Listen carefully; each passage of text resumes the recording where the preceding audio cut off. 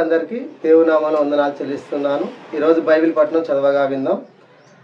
విలాప వాక్యములు 3వ అధ్యాయము 22వ వచనం. యెహోవా కృపగలవాడు. యెహోవా కృపగలవాడు అంటే ఈరోజు మనము ఈ రీతిగా మరి సజీవుల లెక్కలో మరి ఉన్నాము అంటే ఆయన కృప.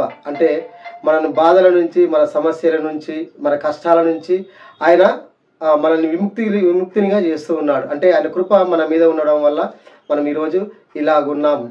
ఇంకో వాక్యం చూసుకుందాం. విలాప వాక్యములు 3వ అధ్యాయము 25వ వచనం. తను ఆశ్రయించిన వారి ఎడల ఆయన దయాళుడు. అంటే దేవుని మనం ఆశ్రయిస్తే ఆయన మన మీద దయ చూపే దేవుడు.